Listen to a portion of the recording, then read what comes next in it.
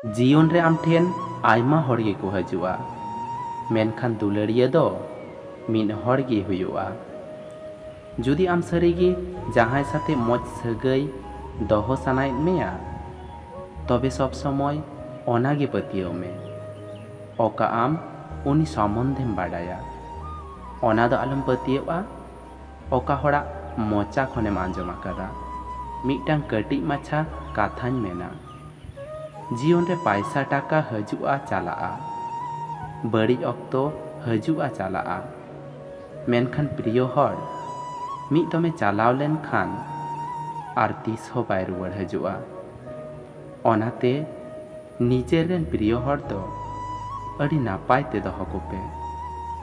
अकोय हर चेद हो बाय बुझेवा उनी हुई दाड़ियाआ आमेम बुझेव दाड़ियाया मेनखान अकोय हर जतोआ बुझेव काते हों बांग बुझेव हर लेकाय व्यवहारा उनी दो बाम बुझेव दाड़ेवाया। नवा धरती रे अकोय दो बड़ी इन मेताया इन निजे गी तो अकोय रेन हों मज बन हुई दाड़ेयादा इन जहाया काथाते चेत हो बन मनेया मेनखान काथा मने रे लगाव लेन खान आर बन हिड़िन दाड़ेया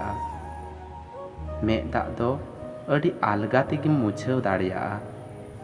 मेनखान मेद खन मेद दाग जरो रेना कारण दो बाम मुछेव दाड़ेया। मिदटांग काथा चेद बाडाया पे पतियाव रपुद लेन खान सारी काथा हों एड़े गे बुझेवा पारमाकान काथा हिड़िनिन मेन लेदा आमा तिसाव काते मेनखान बन बुझेव दाड़ेयादा पारमाकान आघात खन ढेर आघात आमेम इमा냐 जहायम अवहेला लेखान उनिया तिनाग गान कष्ट हुयुग ताया ओना दो आम उन हिलग गेम बुझेवा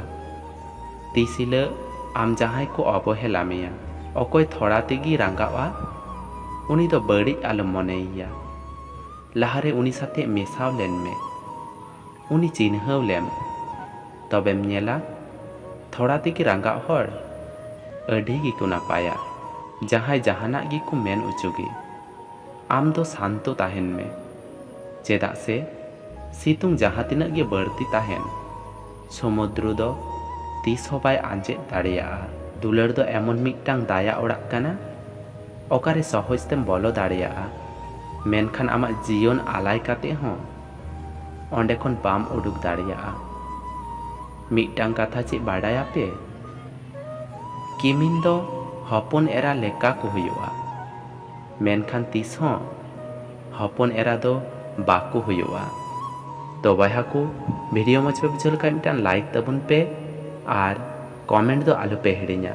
चेदा से आपेया मिदटांग लाइक आर कमेंट के इन वीडियो बनावे उत्साह होइnya